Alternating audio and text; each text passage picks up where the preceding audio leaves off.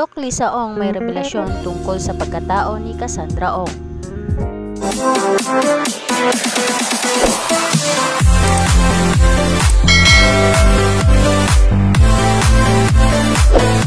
Isang nakakagulat na revelasyon ngayon ang kumakalat sa buong social media platforms ang tungkol sa usapin ni Christopher Min na kung saan nadadawit talaga ang pangalan ng isang doktor dahil umano ito sa issue ng personalidad na umano'y sa pagkakaroon ng lihim na koneksyon. Ayon nga sa batikang showbiz columnist ay kung nagkataon na totoo ang balita ay talagang nakakaawa umano ang doktor na si Doc Willie Ong na sa ngayon ay kasalukuyang humaharap ngayon sa matinding pagsubok. Agad ngang nagtrending ang usapin na ito at ayon pa nga sa balita, ang personalidad na ito ay sinasabing nahaharap sa maraming pagsubok at ito nga ay si Cassandra Ong na ang sinasabing anak umano ni Doc Willie Ong na sa ngayon ay nahaharap sa matinding dagok sa kanyang buhay. Si Doc Willie Ong ay may sarcoma o abdominal cancer na kasalukuyang nagpapagamot sa Singapore.